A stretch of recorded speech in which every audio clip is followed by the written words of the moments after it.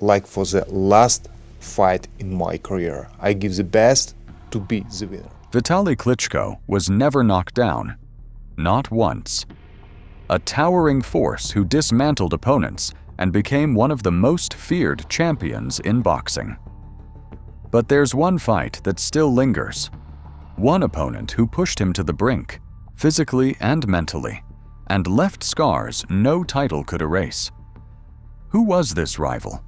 And what happened when two giants collided in a battle that still haunts Vitali to this day? In the world of heavyweight boxing, few names command the same respect, fear, and admiration as Vitali Klitschko.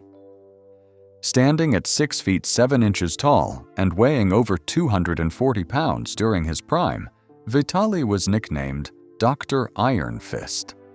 He was physically imposing, but it wasn't just his size that made him one of the most formidable fighters of his generation.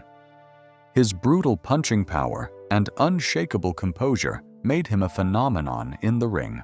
Over the course of his professional career, Vitali fought 47 times, and he won 55 of those bouts. Of those 45 victories, a staggering 41 came by way of knockout, translating to a knockout percentage of over 87%, making it one of the highest in the entire history of the heavyweight division. And to put this into perspective, most elite heavyweights hover around the 70% range. Only a handful of fighters in history can even approach those numbers, and even fewer maintained that kind of consistency against top-level opponents over such a long career. But perhaps even more impressive than his knockout rate is this simple fact. Vitali Klitschko was never knocked down. Not once. In nearly 50 professional fights, no opponent ever sent him to the canvas, not even momentarily. This level of durability is almost unheard of in boxing, particularly in the heavyweight division, where one punch can change everything in a split second. Klitschko had what fighters and fans alike call a granite chin. But it wasn't just his chin. It was his ability to absorb pressure, avoid unnecessary shots, and keep opponents at bay with a disciplined and technically sound style that made him so difficult to beat. As far as titles go, Vitali's resume is more than solid. In fact, it's considered elite. He first claimed the World Boxing Organization heavyweight title in 1999, holding it until 2000. But it was his later reigns that solidified his legacy. In 2004, he became the World Boxing Council heavyweight champion and held that title until his initial retirement in 2005. He returned to the ring in 2008, reclaimed the belt, and held it until 2013. During that stretch, he defended the title 9 times. Between his 2 reigns, he was recognized not just by sanctioning bodies, but by The Ring magazine, widely considered the most prestigious non-sanctioning body title in boxing. That recognition came in 2004, and it didn't come lightly. It reflected his standing as a top fighter and a man who was too dominant to be ignored. In 2018, Klitschko's accomplishments were cemented in the most permanent way possible. He was inducted into the International Boxing Hall of Fame. This wasn't just a nod to his win-loss record or his power in the ring. It was a recognition of his impact on the sport, his consistent excellence, and his unique ability to combine intelligence, resilience, and raw athletic talent. And perhaps what makes his legacy even more remarkable is that Vitali never needed theatrics to prove his worth.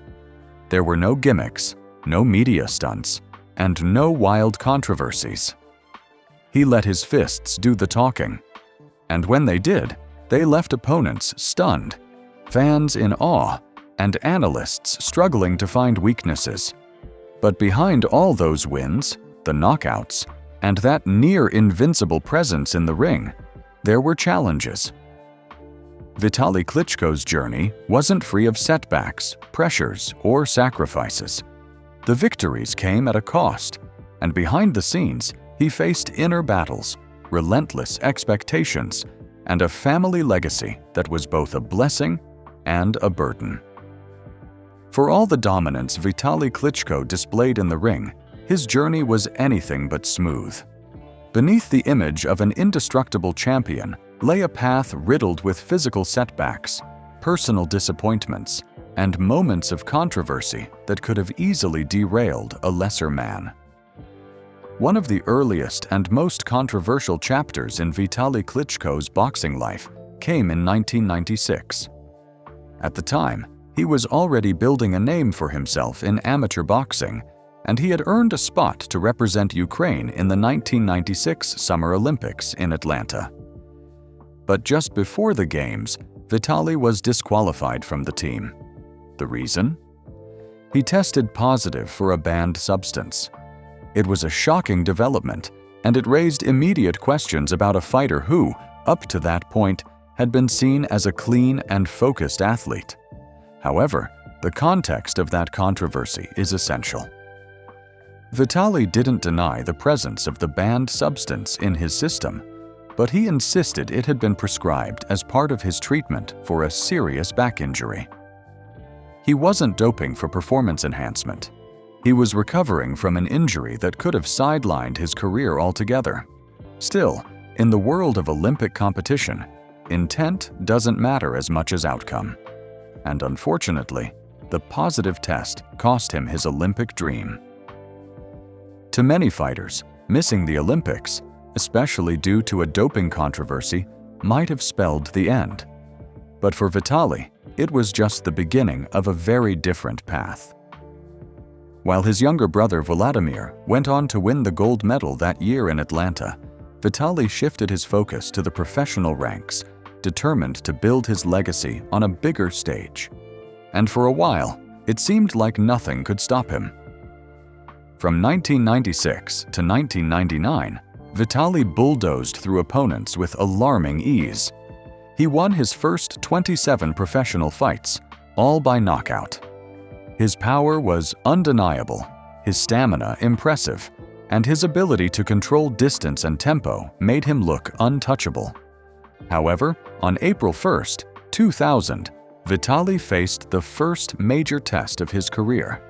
That night, Vitali defended his World Boxing Organization heavyweight title against American southpaw Chris Bird. Bird, a smaller, slicker fighter known for his evasiveness and awkward angles, was expected to struggle against Vitali's height, reach, and power. And for most of the fight, that's exactly what happened. Vitali dominated the early rounds, outlanding Bird and controlling the pace. By the end of round 9, he was well ahead on all three judges' scorecards. But behind the scenes, something was wrong. Klitschko had suffered a torn rotator cuff in his left shoulder during the fight, an injury that severely limited his ability to throw punches or defend himself. Between rounds, he made a fateful decision. Rather than risk further damage to his shoulder, he told his corner he couldn't continue. He retired on his stool, giving Bird a technical knockout win. Just like that, Vitali's perfect record was gone. The public reaction was harsh. Some critics accused him of quitting. Others questioned his toughness. But those who understood the severity of a torn rotator cuff knew better. It wasn't a matter of mental weakness. It was a medical necessity. Continuing to fight could have caused permanent damage, possibly ending his career. Still, the stigma of that loss lingered. For a fighter who had been seen as nearly invincible, the perception of vulnerability was a heavy burden to carry. Klitschko fought on, reclaiming his reputation and eventually capturing the World Boxing Council title in 2004. But even as he climbed back to the top, his body remained his biggest adversary. Years of training and competition had taken a toll, and by 2005, injuries began to accumulate once again. That year, Vitali was scheduled to fight Hasim Rahman, a highly anticipated matchup that was supposed to reinforce his dominance. But unfortunately, during training camp, he suffered a severe knee injury. The damage was significant, and it wasn't the kind of injury he could simply push through. In November 2005, just days before the fight was supposed to take place, Klitschko announced his retirement from boxing. He cited chronic injuries, specifically his knees, back, and shoulders, as the reason.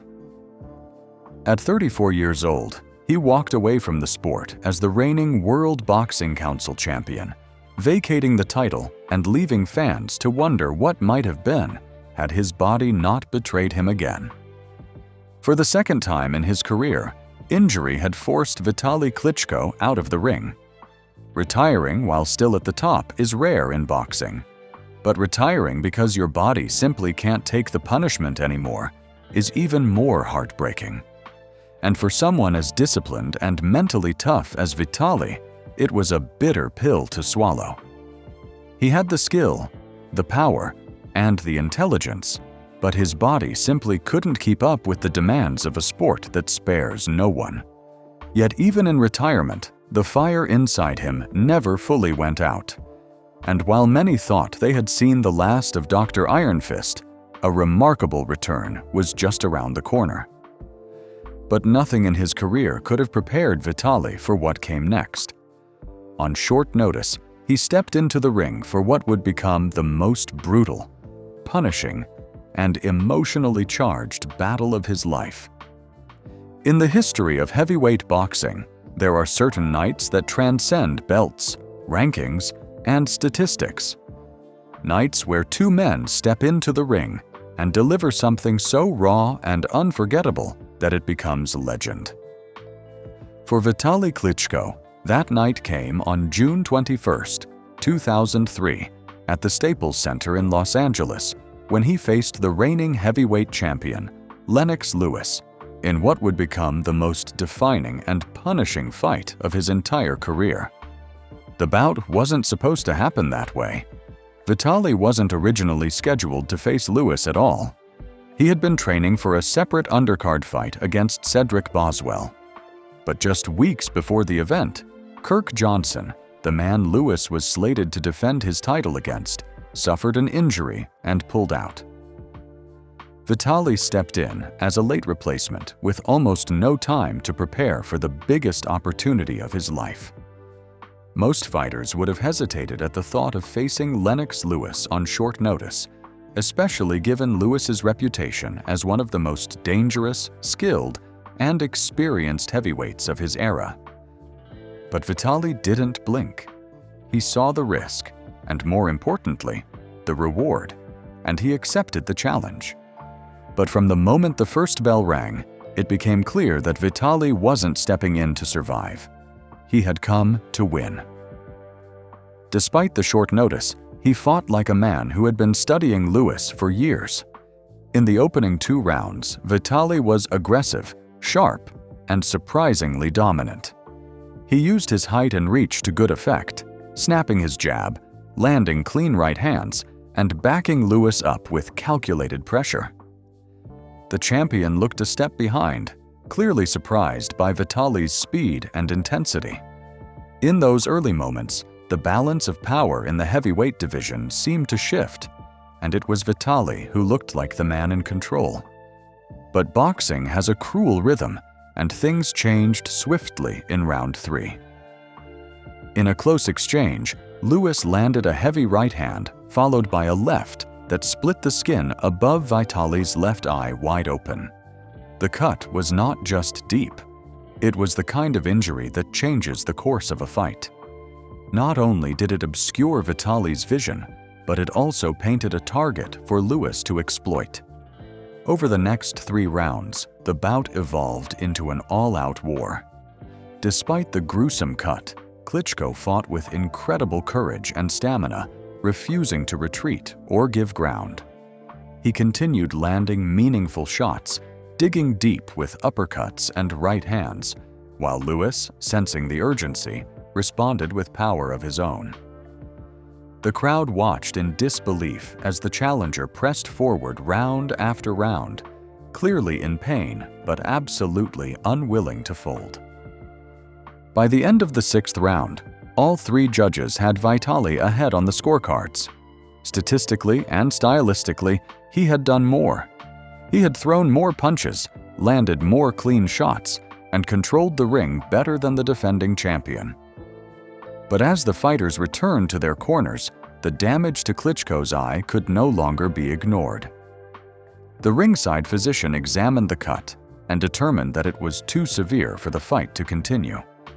The risk of permanent eye damage was simply too high. The referee was left with no choice but to stop the contest. And just like that, the fight was over. Lennox Lewis was awarded a technical knockout victory. The reaction was overwhelming. The fans at Staples Center, many of whom had been unfamiliar with Vitali's name before that night, booed the decision, not because it was incorrect, but because it felt unfinished, while Vitali stood in the ring with his arms raised in defiance. Despite the loss, he looked more like the victor. He hadn't been knocked down. He hadn't been overwhelmed. He had been winning until the cut robbed him of the chance to prove it conclusively. In the post-fight interviews, Vitali made it clear that he wanted a rematch. Standing beside Lewis, still bleeding from the eye, he asked for another shot. And for a moment, it seemed like it might happen. Lewis, visibly fatigued and marked from the battle himself, initially agreed. But as time passed and the dust settled, Lewis began to reconsider. He delayed talks, gave vague answers to reporters, and by early 2004, he made his decision. He would retire from boxing. He walked away from the sport without ever facing Vitali again. That decision was beyond frustrating. For Vitali, it was also defining. He had come within reach of defeating the most dominant heavyweight of the era, and circumstances beyond his control had taken that moment away. Yet in the court of public opinion, Klitschko had gained more in defeat than most fighters do in victory. He had proven his toughness, his skill, and, most importantly, his heart. He didn't fold under pressure. He didn't back away from pain. Instead, he fought through a severe injury, exhaustion, and adversity, and left everything he had in the ring.